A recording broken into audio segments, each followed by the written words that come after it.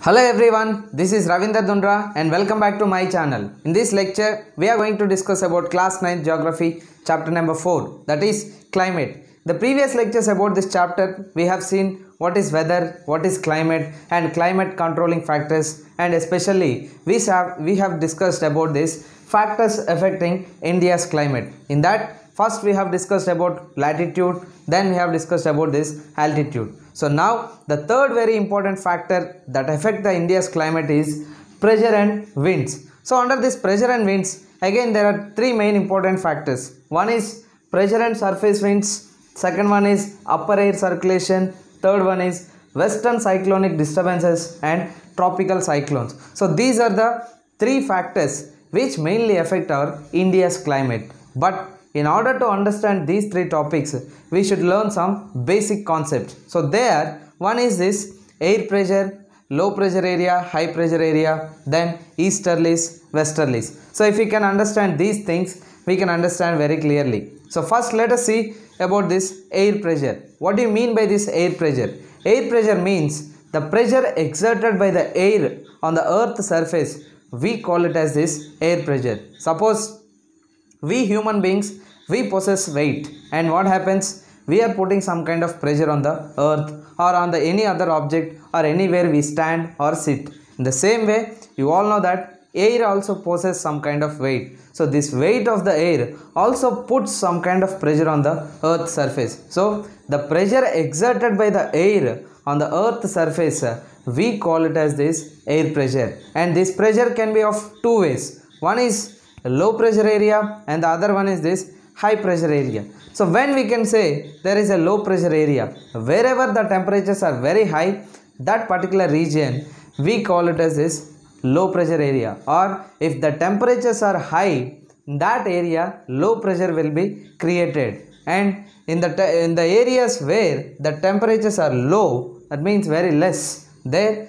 will be high pressure area is created. Suppose on the globe, you see the equator receives more amount of insolation from the sun, therefore we can say that this area creates a low pressure area. And at the same time, the polar regions, or you can say the subpolar regions, they receive less amount of insolation from the sun, which means the temperatures are low, where high pressure is created. So low temperature creates high pressure, high temperature creates low pressure. So next very important thing is that the air or the wind always moves from high pressure to the low pressure areas. Where high pressure exists, near the poles or in subpolar regions. Where low pressure exists, near equator. That means the air always moves from poles to the equator. So that is what air always moves from high pressure area to the low pressure area. So hope it is clear. The next thing is about this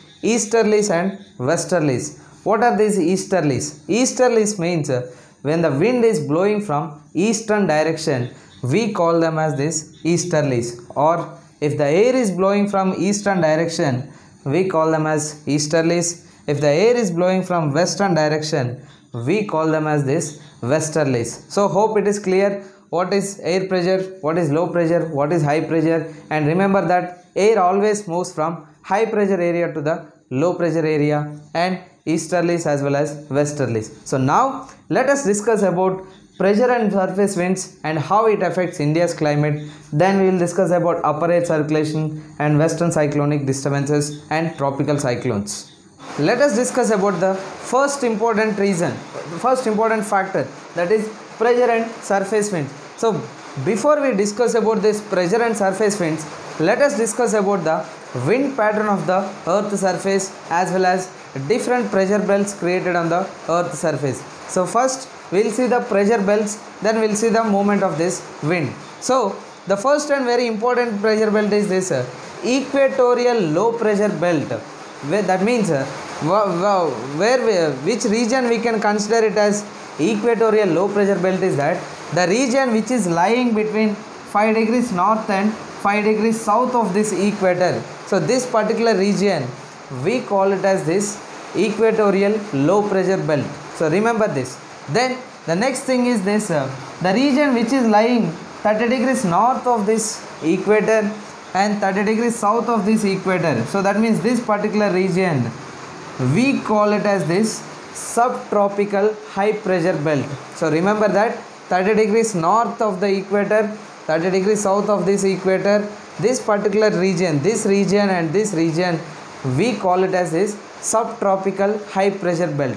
Remember this. Then the next thing, the region which is lying to the equator in the northern side, that is 60 degree north, we call it as this temperate low pressure belt. On the north of this equator, 60 degree north, and the south of 60 degree south equator, we also call it as this temperate low pressure belt. So this is this one and this one, both are temperate low pressure belts. And this one is this polar high near the poles, and here also near north pole as well as south pole. So hope it is clear. Different polar belts, pressure belts. One is equatorial low pressure belt, subtropical high pressure belt, temperate low pressure belt, and polar high pressure belt. So next we will see the direction of the wind. So the direction of the wind, as I have always told you, that the air always moves from high pressure area to the low pressure area. So here we can see from subtropical high pressure area to the equatorial low pressure area, the wind is moving in this direction. That means it is moving in a northeasterly direction. And why it is moving in this direction, northeasterly direction, is that it is because of something known as this Coriolis force, or we also call it as this Ferrel's law or Coriolis effect. What do you mean by this Coriolis effect? It means, as you all know, that the earth moves from western direction to the eastern direction. So in this direction it moves. So because of the movement of this earth or rotation of the earth from west to east direction, what happens is that the winds which are blowing on the surface of the earth, they get deflected. So because of the movement or rotation of the earth, the winds or air which is blowing on the surface of the earth, it gets deflected. So how it gets deflected is that, suppose if the wind is blowing from northern hemisphere, that means from here to the equator, it deflects towards the right side. Suppose this is you can say this is a globe, equator, and from northern hemisphere to the equator, that means it deflects towards the right side. That means here you can see it deflects towards this direction. So like this the wind will be blowing. And in the similar way, if the wind is blowing from southern hemisphere towards the equator, because of this Coriolis force, that means because of the rotation of the earth, the air or the wind deflects towards the left side. That means you can see the wind is getting deflected towards the left side. So if it is blowing from northern hemisphere, it deflects towards the right side, and if it is blowing from the southern hemisphere, it deflects towards the left side. So hope it is clear. And why they are deflecting is that it is because of the rotation of the earth, and which we call it as this Coriolis effect or Coriolis force, which is also known as this Ferrel's law. So hope it is clear what are these pressure belts and what are the direction of the wind, what is the direction of the wind, and at the same time what is this Coriolis force. So now we can understand how pressure and surface winds affect India's climate. Let us discuss how this first factor, that is pressure and surface winds, will affect India's climate. So as you all know that India's location is, India is lying between 8 degree 4 minutes north to 37 degree 6 minutes north latitude. So by the location of this India, we can understand these climatic factors. So how? We will see. So first you see India's location. India is located in a region of northeasterly winds. So just now we have seen that the winds from towards the equator, they blow in this direction. Why? Because of this Coriolis force. And from where this northeasterly winds will come, just now we have seen there is something known as subtropical high pressure belt, which we have already seen. So where this subtropical high pressure belt is located, it is located in 30 degree north latitude and 30 degree south latitude. So forget about this south, but north, you can see this 30 degree north latitude is located. So India's location is basically lying in the zone of northeasterly winds which are blowing from this subtropical high pressure belt. So, and how these winds are blowing? They are blowing in this northeasterly direction. So, you can see this northeasterly direction winds blowing from subtropical high pressure area towards this equator. But because of this northeasterly winds, as per the rule, our India should not receive any kind of rainfall. Why? Because these winds which are blowing in this direction, they carry very less moisture. Why they carry less moisture? Because they are blowing on the land. They are not blowing on the oceans. So therefore, India has to receive less rainfall. But it is completely reverse. Why? We receive lot of rainfall during in the months of June, July, August as well as September. And the reason is because of this unique climatic conditions of this India. So why it is unique? Let us see now. So you all know that India, we have this Himalayas which are lying on the northern part of India. So during the winter season in Himalayas, what happens is that northern part of Himalayas, this region, it means the northern region of these Himalayas, in the winter season they experience high pressure. Why? Because high pressure when there is a low temperature. So during winter season temperatures will be very less. So therefore northern part of Himalayas there will be high pressure. So what happens? Air always moves from high pressure to this low pressure areas. So the air starts moving in this direction from here it starts moving. So in this direction towards till this equator. Suppose here it is there equator. But this condition is different in summer season in India. So what happens in summer season is that there is a low pressure area created in the north and northwestern part of India. That means north as well as this northwestern part of India. So this particular zone is a low pressure area in the summer season. So and at the same time some interior parts of Asia also experience this low pressure area. So if there is a low pressure area, what happens is that whatever the winds that are blown till now here, they cross the equator and they slowly change their direction towards this low pressure area. That means the winds are blowing from high pressure to low pressure area in the winter season, because here high pressure, here low pressure. So they blow here and they cross the equator, and again from high pressure to low pressure area they will be blowing. So here there is a low pressure area, so automatically they change their direction and they start blowing towards this low pressure area. So and these winds which blow towards this low pressure area in the northern and northwestern part of India, these winds we call them as this southwest monsoon winds, and these winds they actually bring rainfall to our country. So once again very clearly if we can see, India is located in the region of northeasterly winds which are originating from subtropical high pressure belt. I have shown you what is subtropical high pressure belt, and the direction of the wind, why it is deflecting also I have told. It is because of this Coriolis force or Coriolis effect. So as per rule we should not receive any rainfall, but we are receiving. And why we are receiving is that because of the unique conditions of India's climate. Why it is unique is that during this winter season in the northern hemisphere, northern part of Himalayas, there will be high pressure. Why high pressure? It is winter, temperatures will be low. So automatically what happens? The air start blowing from high pressure towards the low pressure areas, and it blows over the Indian Ocean, crosses the equator.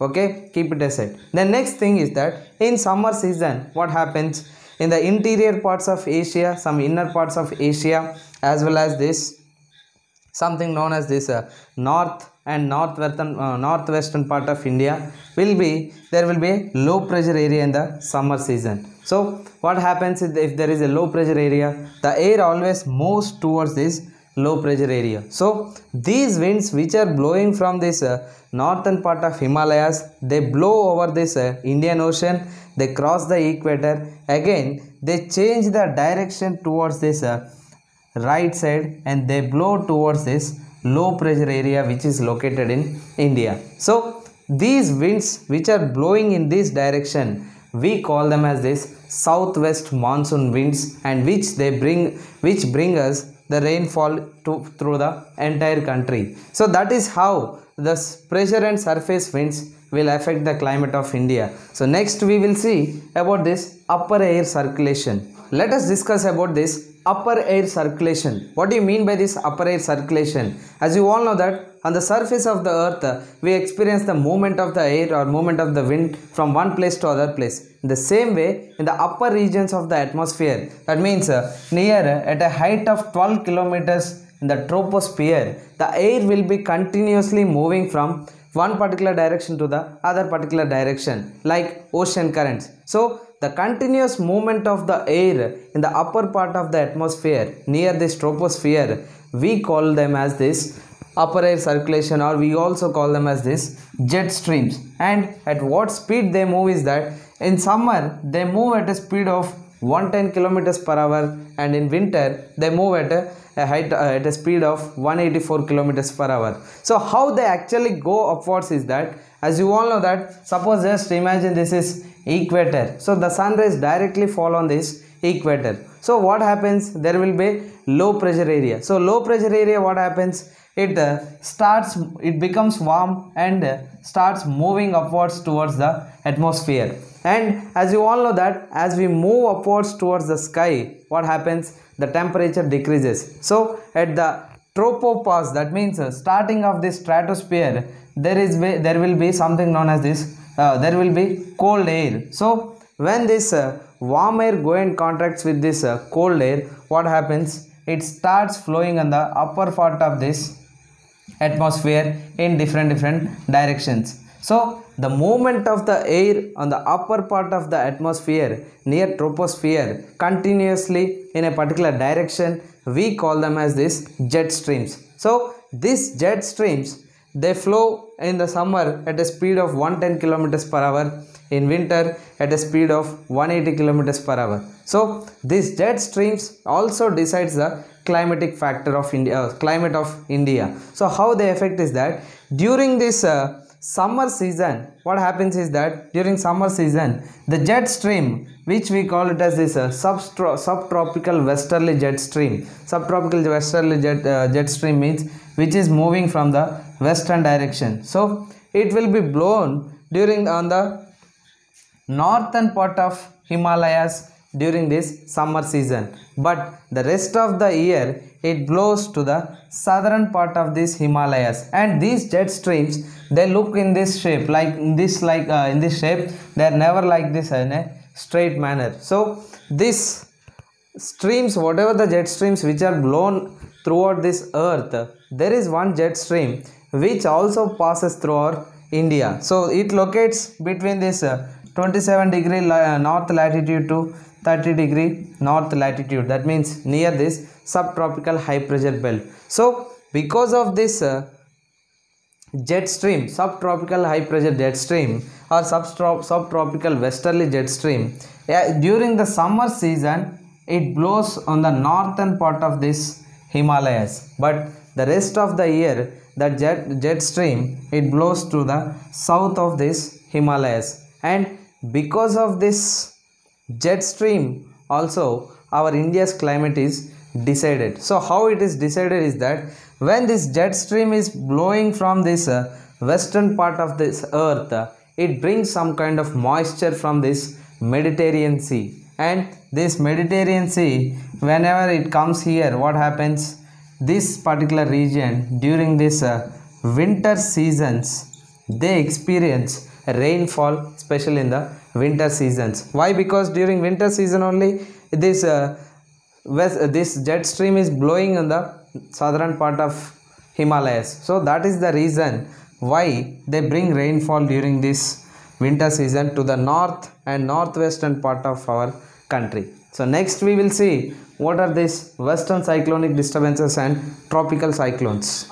Let us discuss how this western cyclone disturbance and tropical cyclones affect our India's climate. So just now I have mentioned about this jet streams, which means the continuous movement of the air in a particular direction at a high speed throughout the year. we call them as this jet streams, and these jet streams can be of different ways. Some jet streams you can find near this polar regions, and some of the jet streams you can find is near subtropical high pressure belt area, and in the similar way in the southern hemisphere as well as in the northern hemisphere. So one of the jet stream also passes through this India, but in two different ways or two different sides. So during this summer season, this jet stream, whatever the jet stream which is blowing from western part to the eastern part, it blows towards the northern part of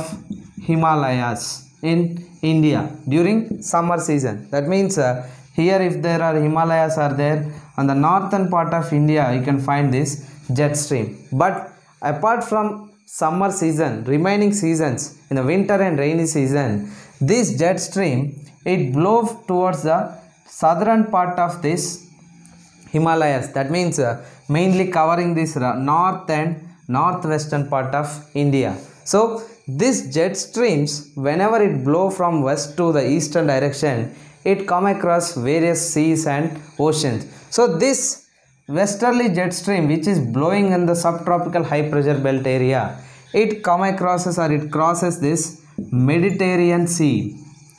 So this, whenever it come across or passes over this Mediterranean Sea, it carries some kind of moisture, and by the time it reaches India, it will bring some kind of cyclones or rainfall during this winter season, especially in north and northwestern part of India. So because of these jet streams, we are experiencing this rainfall during winter season, especially in the north and northwestern part of India. Then coming to this tropical cyclones. Tropical cyclones means those cyclones which mainly occur in the tropical zone. That means which is lying this 30 degrees north and 30 degrees south of this equator. So this particular region, because of this easterly winds means just before I have discussed that some of the winds they blow in this direction. So these easterly winds they bring some kind of rainfall. Sometimes they create cyclones, especially during this rainy season. So whatever the cyclones that are created by the easterly winds means what? Which are blowing from this eastern direction. So which winds are blowing in the eastern direction? You can see these winds which blow in this direction. So when the winds are blowing in this direction, they also create some kind of cyclones. So these western cyclones which are coming from the westerlies, jet streams, at the same time eastern tropical cyclones which are created by the easterlies in this direction, they also affect this climate of our country. So with this we have completed these factors which are affecting India's climate. So what are those? Latitude, altitude, pressure and wind system, and in that three important factors: pressure and surface winds, upper air circulation, western cyclone disturbances, and tropical cyclones. So in the next lecture we will discuss especially about this India's monsoon. Thank you.